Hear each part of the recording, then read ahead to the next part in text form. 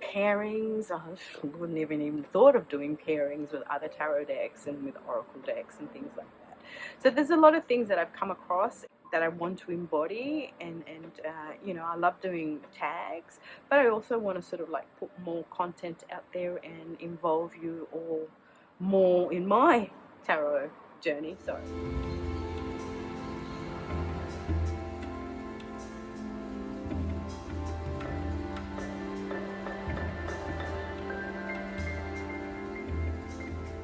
hello everyone, welcome back to my channel, The Importance of Temperance. We are back with the tag Top Tarot Trumps, and this is the Magician session.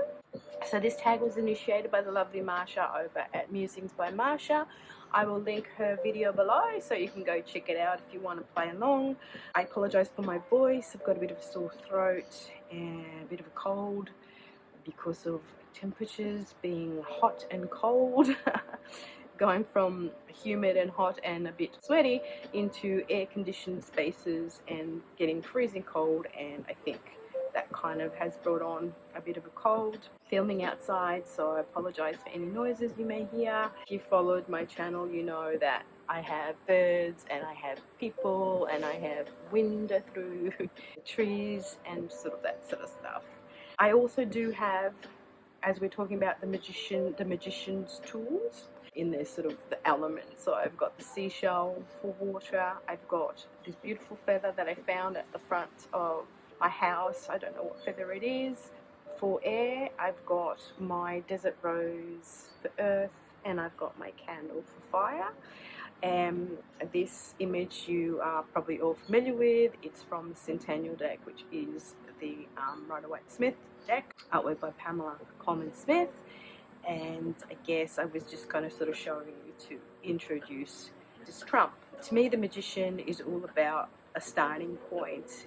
He is the seed, he is the idea, he is the initiation or the initiator of a manifestation. Obviously, we're going from zero, which is the Fool, to a point. So if we don't have like a point from where to begin, nothing kind of gets done.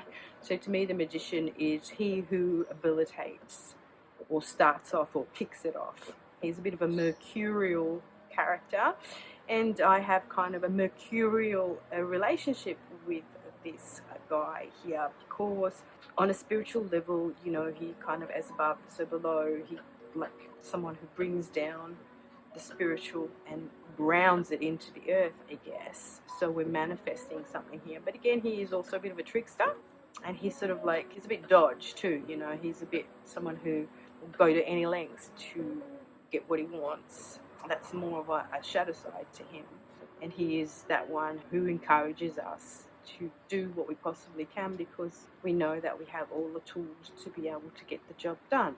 And he also brings a little bit of magic to our lives.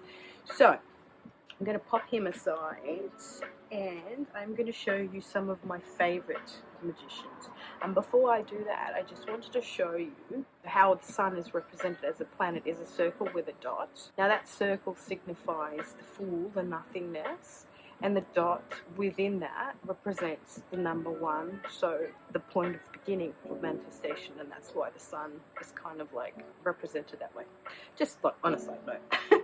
Alright, okay, so one of the newest tarot decks that I have in my collection and just arrived the other day is the Voyager Tarot by James Wanless, HD. This is an old deck. It's been around since the 70s, and I love this magician. It is a collage deck, and it's a photographic analog, you know, put together deck, and I just love this mask here. I love his rainbow wand. He's got his hand here full of all the tools that he needs. There's a butterfly, there's a guy here like free falling. Reminds me a bit of the Fool, you know, free falling into something to manifest. Yeah, so I thought that was sort of like a great depiction of, you know, even here, right? It kind of looks like a rooster, but what they are is actually all tulips. So nothing is as it seems. but you have all the tools to make it whatever you want to make it. So that's Magician from the Voyager Tarot. Another one that I love is the Zillich Tarot, the Magus. This is just such gorgeous artwork. I love it. And you can see a lot of similarities, but the differences as well, how the artist, Christina, has reimagined or re-envisioned in her artwork, the Magician. So that's sort of gorgeous. I love that. It's very soft, like in a sense it gives me a very soft energy, a gentle energy, that of wanting to create and do good rather than take advantage of the situation. So this is another deck that has some of my favorite artwork for the mages. It will be coming along with us for the journey. So that's my Magus from the Zillich Tarot. Another one is this from the Yasin Guzlev Tarot, Trump's only, from the Tarot of the Third Millennium, which was out of print, and he is gorgeous. I love this Magician. This artwork is all hand-drawn. It's all line work. It's based obviously more on a Marseille style magician, and I love the way that he's got two different, you know, like he's got one foot with a slipper and one foot with a boot. I love how he's kind of like turning around towards us. You can see his tools of the trade on his table here, and the table is a three-legged table, which is very interesting, right? So where's the fourth leg? How is it balancing? And then, you know, he's got his baton. It looks like a baton here, you know, one of them ones when you go marching, you know, and you twirl it around. But that's his kind of magic wand. And just the folds of the garment, it's stunning. And then his lemniscate is in the fold of his hat.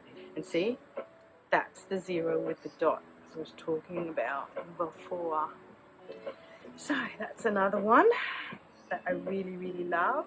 Now, here we go again with the Fountain Tarot, and again, guys, one of my favorite decks with some of my favorite artwork for the mages, and this is the Magician. This Magician is kind of like, wow. It's so pared back and so poignant at the same time. It just like shows us the magic, you know, like lemniscate is here, and then you have the tools of the trade, and it's just kind of like in movement, like it's showing this energetic movement, but at the same time it's kind of like subdued. And yeah, I just love the colors in there as well. Beautiful, beautiful card. So that's 1, 2, 3, 4. This is a deck that I got last year, well, late last year or mid last year, I can't remember, but I just got it because it was like super fun and it was super different from what I, you know, have ever seen. And it's a Los Carabao deck. It's called Symbolic Soul Tarot by Elisa Seitsinger, and I thought he was super fun.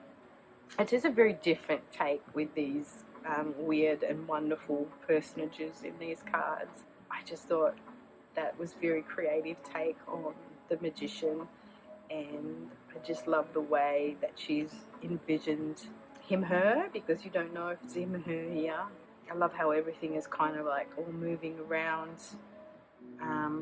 He's got 2 wands, one's on the table and one is up the top there, so I'm guessing as above and this is the below, and like with the one hand going up and this one hand free floating.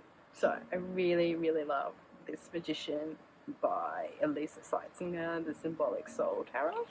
And then an honourable mention to the Tarot de Colorides, or Carla Tides as many of you might call it, this Magician here. Now, when I got this deck, I was sort of like, not quite sure about this Magician, because it's a take on David Bowie, right? No one cannot see David Bowie in there. And I'm not the biggest David Bowie fan. However, I've kind of warmed to the card because I think it's fun, right? Just like a fun take on it. And so I thought I kind of mention that one. Alright guys, well thank you so much for hanging out for this episode of The Magician, and let me know in the comments below if you enjoyed my selection, which one's your favorite, if you have these, and what your feelings are about The Magician. Thank you for liking, for subscribing, for commenting. Help me push my content out there by, leaving a comment or dropping a like. You don't have to subscribe, but if there's any interaction on the channel that helps push my content out there, I'd like to grow the channel this year. I would love for this channel to grow with a community. I'm more invested and focused in my tarot.